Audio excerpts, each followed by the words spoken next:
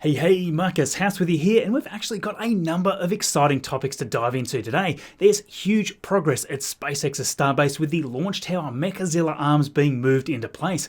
Ship 20 and Booster 4, the first orbit-capable vehicle, continues to crawl along, but lots going on with future vehicles. Captain Kirk flew to the edge of space to experience zero gravity for the very first time. Awesome to see William Shatner there fulfill a lifelong dream, and some pretty impressive updates to share on Relativity Space's Terran 1, making some new headway towards flight. Okay, Neil, we can see you coming down the ladder now. So it is certainly true that over the last few months or so, the space community has been eagerly awaiting some action on Starship testing. We had a few small tests recently, but compared to the testing regime from 6 months ago or so, more focus has instead been dedicated to Starbase, with its tower and ground support systems being developed at a breakneck speed. Well, this past week has been interesting with the anticipation of Starship 20's first static fire. What you are looking at here is the very first orbit-capable Starship that includes the full thermal protection system covering the entire belly. One new piece of information here is that these Starship heat shield tiles are actually called star bricks. The big question we all have is how well will these star bricks hold up in action? This week, NASA published a document about observing Starship during its re-entry. Some interesting takeaways from this document is that NASA is making a special imaging system to view the re-entry with an infrared camera mounted on NASA's WB-57. This is a long-range aircraft capable of operating for extended periods, sometimes around 7 hours or so. The wingspan on this aircraft for its size is actually, well, almost quite odd-looking. They are just massive, and this isn't overly surprising considering that it can fly at a maximum altitude of around 60,000 feet or 18.3 kilometers. Yep, that is high. Comparatively, commercial flights will cruise along at around 35,000 feet or so. So up here, the atmosphere is super thin. Typically, you'll have a crew of 2 on board, the pilot and the sensor equipment operator, so this aircraft has some pretty awesome capabilities. Now, it may not be overly clear which Starship flight may be observed. What is stated in the document is that NASA is targeting a Starship re-entry observation in March of 2022. We would hope, of course, that Starship 20 and Booster 4 have certainly made their flight way before then, so assuming that we're talking about a future Starship, perhaps Starship 21 or Starship 22. Now, there is loads of action on the tower this week with the massive Mechazilla catch arms coming together. You've just got to marvel at the speed that SpaceX gets things done. The first time that we had ever really heard that SpaceX would attempt to catch a super heavy booster was a little under a year ago, with Elon saying that the main reasons behind this is to save on booster mass and the cost of the legs. The Mechazilla system that we're watching come to life right now will provide immediate repositioning of the booster back on the launch mount. That will drastically speed up booster reflight time. Of course, since then we've learned that it isn't just the booster to be caught, it is the Starship as well, the massive second stage. That still seems crazy to me, but hey, that's why we love watching this story unfold, right? This week, the first catch arm of Mechazilla was rolled over to the LR-11350 crane and was lifted upright and moved over to the red beams set up near the launch tower. The far end of the arm was placed down on the lower red beam, with the massive hinge end left hanging in the air above the carriage. To install both arms, SpaceX needed to have a second crane simultaneously lift the second arm into position so that a single giant steel pin can slot right through both of the hinges. Terrific footage here, as always, by Boca Chica Gal and Nick there with NASA Spaceflight. That second arm was then hooked up to the smaller crane, was lifted upright and moved over to the carriage that afternoon. The first arm was soon moved into position, with the large pin being lowered through the 2 holes in the carriage and the arm. The second arm was then moved into position, and then after a few more hours it was successfully installed with the pin being fully lowered. So yes, we now officially have both arms connected to the carriage. Once this system is complete, it's going to be hoisted up onto the tower and be held in place thanks to the carriage arms that connect 3 of the 4 columns together. In this way, the entire carriage can be lifted and lowered on demand via a cable connecting it to the drawworks hoist. In fact, the massive roll of steel cable that is needed for this was spotted in the middle of the week. Awesome shot there by Starship Gazer. This cable is going to run from the drawworks hoist up to the top of the tower, where it will then cross over horizontally through pulleys. From there, there, it will run vertically down to the carriage to allow the arms to raise and lower. All that is needed now is for it to all be connected together. This is very exciting. Once everything is working, it'll be ready for its first operation, which is likely to involve Booster 4 being lifted onto the orbital launch mount once again. Now, there will not be any catching attempt of either Booster 4 and Ship 20, of course, as they are set to end their lives in the ocean still, but as far as we know, pending FAA approval, SpaceX hopes for the first catch attempt to occur during Booster 5's return to the launch site. Now, there is a little more to dive into with the carriage system here. SpaceX has been working hard over the last week or two implementing the skates that will be used to run vertically along the tower rails. These were actually being installed on Monday. However, what is speculated to be a rigging issue caused one of the skates to fall off the tower and plummet to the ground. Elon later tweeted a video from the Starbase launch site, and RGV Aerial Photography commented asking Elon if they had a backup skate. Elon quickly replied saying that it is on its way, adding a sigh there. Very good to see that no one got hurt in this mishap, because these skates are actually quite massive in size. Now, we have some Raptor movement going on as well. At the orbital launch site, Booster 4 had at least 3 Raptors removed, which was spotted there by RGV. We are assuming there that there was something not quite testing out correctly. Perhaps these will be repaired or swapped out for different engines. At the orbital test stand, Ship 20 had some action as well. 10 days after completing a cryo-proof test, SpaceX has once again moved at least one sea level and one vacuum engine from the build site to test stand B. The Raptor vacuum engine was then installed on Ship 20 on Monday. Now, speaking of Raptors, the 3D Raptor renders that we showed off with Ethan last week received a huge response from people, and rightly so. It is absolutely incredible. Just remember as well though that Alex Svan has created equally amazing Raptor engine renders in the past as well. This was all based on Raptor number 46. Well, with their powers combined, bam, check this out. Both Alex's Raptor 46 on the left and Ethan's there on the right are both created independently with totally different 3D software. Alex's with 3D Studio Max, I believe, and Ethan's there with Cinema 4D. So yes, thanks for sharing that this week, Alex. How awesome is this shot?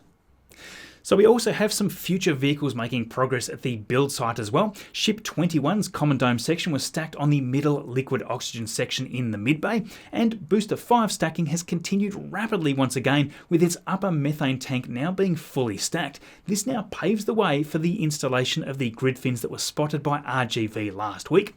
We have Brenton Lewis keeping us all up to date with the latest infographic here that shows us everything that we need to know to keep us up to date as we practically can. So yes, lots going on at Starbase, as you can very clearly see. Now, the artists of Spaceflight, which is a collective name the many amazing social media space artists out there are running with, have put together a collection of illustrations right here in this brand new calendar. This represents their interpretation of what they, and so many of us around the world, believe to be important milestones in humanity's quest to become a multi-planet species, who daily pore over every detail revealed by SpaceX and the army of photographers out there at Starbase.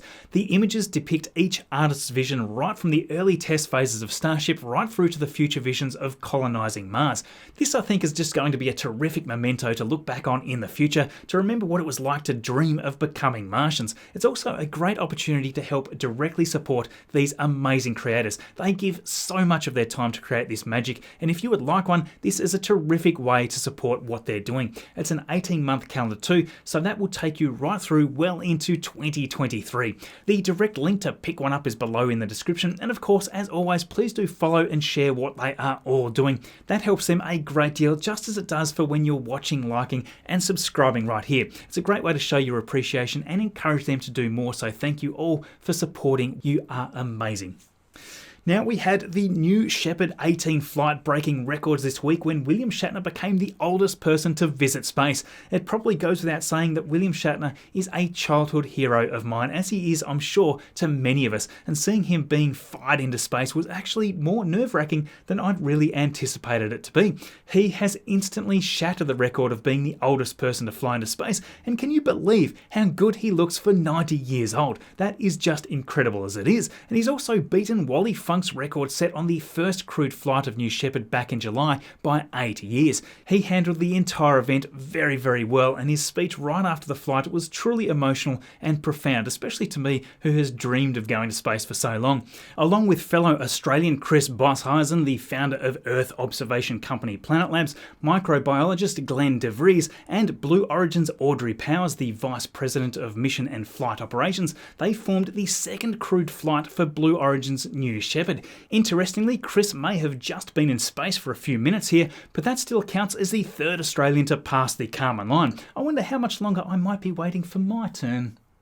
So yes, after being delayed for a day and then sitting through a couple of holding patterns, NS-18 finally roared into the Texas sky on Wednesday morning local time. It was the fourth flight for this booster and the spacecraft RSS First Step, with both of them having previously flown on NS-14, 15 and NS-16 earlier this year. Unfortunately, we didn't get to see any onboard footage during the live broadcast, but we had a great view of the flight all the same. There was a clean separation and all the systems were looking great. The crew enjoyed their brief moment suspended between Earth and space to then come down in just as much style. The booster, of course, is designed to be a little more aerodynamic than the capsule during the descent phase, so it pierces through the atmosphere more effectively, therefore gaining extra clearance from the capsule above. Likewise, it lands well ahead there too, and there is that beautiful landing footage as always. It was then time for the capsule's parachutes to deploy, and I must admit I was holding my breath there for just a second, but just like the first crewed flight, we saw yet another flawless parachute deployment. There we go there, another beautiful touchdown and a successful mission for the Blue Origin team to be proud of. Now, I wasn't sure how much the enthusiasm would have stuck around for these next flights, but as a bystander, I think that I have enjoyed this one even more than the first. Hearing those first personal reflections from William Shatner immediately after the flight shows us all how perspective changing the overview effect can really be. It's amazing to think that someone like William Shatner, who has helped unlock the passion for spaceflight and exploration via fictional series, is now doing it with an actual real spaceflight. William Shatner, Captain Kirk, what a legend. Kármán line. No description can equal this weightlessness. This is not. Oh, wow. I can't believe this. A few other small interesting points as well. Eric Berger updated us on the future of New Shepard. One more flight is actually planned this year and 6 to 12 for next year. As a side note to this mission, just before the flight, Blue Origin shared a little sneak peek of the upcoming new Glenn reusable launch system as well. Now, I'd love to see even more hardware here, but it's definitely progress compared to the last few glimpses inside Blue Origin's empty facility. It's nice to at least be kept in the loop a little bit regarding its progress, as I'm very excited to see this rocket in action someday too. On the flip side, I also want to see Blue Origin doing away with their current recent hostility towards the Starship program so that we can all work together. A little diplomacy, I think, would go a long way at this point, and dare I say, Elon Musk could probably stop baiting Jeff quite so much as well. I'd love to see all these amazing space agencies working together in the future. Now, it has been a while since we last covered another of my favourite upcoming launch providers, Relativity Space. Their innovative approach to construction of a rocket has me totally fascinated, and I just love this amazing 3D printed approach to rocketry. Now, they have been very active since we talked about their Terran R reveal in June this year. Terran R, of course, being Relativity's medium lift vehicle design, which they say is capable of delivering over 20 metric tons to low Earth orbit. Besides being 3D printed, this will also be fully reusable, following in the steps there of the Starship design. The Terran 1, on the other hand, is much smaller, with the capability of delivering around 1,250 kilograms to low Earth orbit. This offers customers a great launch alternative to other smaller vehicles. Now, back in late August, we saw a bit of a teaser showing the assembly of the Terran 1 first stage. Well, just recently more footage was released, and check this out, the fully assembled Terran 1 first stage on its way to the test stand. This has already been cryogenically tested successfully. This is just amazing to me that from a blend of their proprietary exotic raw materials, they are capable of printing a rocket in around 60 days. Earlier this week as well, there was a reveal of the nose cone being printed. This is a unique shape, and it's a first first for the design team and their in-house developed printer named Stargate. I just can't get enough of this video from Relativity Space. It's a joy to watch this company iterate designs and continue to expand their operations. Like you, I'm sure that we would all love to see even more regular updates such as these, as quite clearly things are ramping up now as they prepare for the first ever launch sometime in 2022. Back in July, there was the carefully coordinated lift of the strong-back assembly at Launch Complex 16 at Cape Canaveral Space Force Station. This rigid structure will provide horizontal transport from the integration hangar to the pad, where Terran 1 will be raised vertically ready for launch. With construction activity at the pad continuing along at a steady pace and the strong-back delivery to the site, we shouldn't have to wait very long now. Thanks Relativity Space there for showing us all what is going on there, and please do keep those updates coming. We really enjoy sharing your awesome progress. Now just remember that we have the amazing Lucy mission launch on an Atlas V with United Launch Alliance, which has likely already happened by the time you see this video. Go back and check out the live stream if so. Beautiful shots here by Greg Scott in the lead up to this epic mission. As I talked about the other week, Lucy is heading out to fly by a record number of asteroids, and it's going to reach each celestial body to gather some amazing data on what we have only ever seen as small points of light by the Hubble Space Telescope. Be sure to check out that launch, which may have already happened by now. That will kick off a brand new 12-year journey to 8 different asteroids. If you want to know more about that, there is a card popping up to the video a few weeks back in the top right here explaining it all for you. That is going to be a very interesting mission. So there we are there, another week wrapped up for you. Now, I just wanted to point out a little correction as well from last week's video. We talked a little about Crew 2 and the transfer of command. In that video, I was pronouncing JAXA astronaut Akihiko's name incorrectly. It is of course pronounced this way and not Akiko, as I had said last week. That's actually a fairly important distinction, really, as Akiko is a common Japanese female's name. I certainly didn't intend to cause any offense there, and thanks to a few people there for correcting me on that one. These sorts of things are important, and I will admit that my international pronunciation leaves a lot to be desired. So yes, thanks to everyone for watching all the way through here. If you enjoyed this content, please do consider subscribing if you aren't already, as well as liking and sharing the content. That all helps us to do what we do. Thank you very much. If you like this shirt that I'm wearing today, you can pick that up below along with the other designs. Loads of different options there. And hey, I'm still yet to see a picture of the baby gear out there wearing this merch. I certainly see a few of the baby bodysuits going out. So yes, if you have some of the merch, tweet me some images so that we can share them. We get a real kick out of that.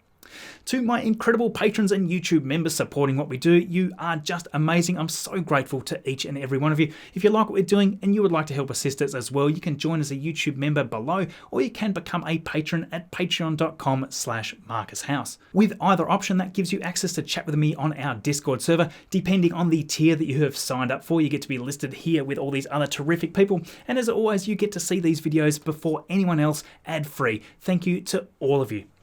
A massive thank you to the production crew here helping me to work on this content for you. If you're interested in these topics and you would like to keep up to date, remember to follow here below and on Twitter at MarcusHouse. In the tile in the bottom left today, we have my video from last week. In the top right is my latest video, and in the bottom right, content that YouTube has selected from the channel just for you. Thank you everyone for watching, and we'll see you all in the next video.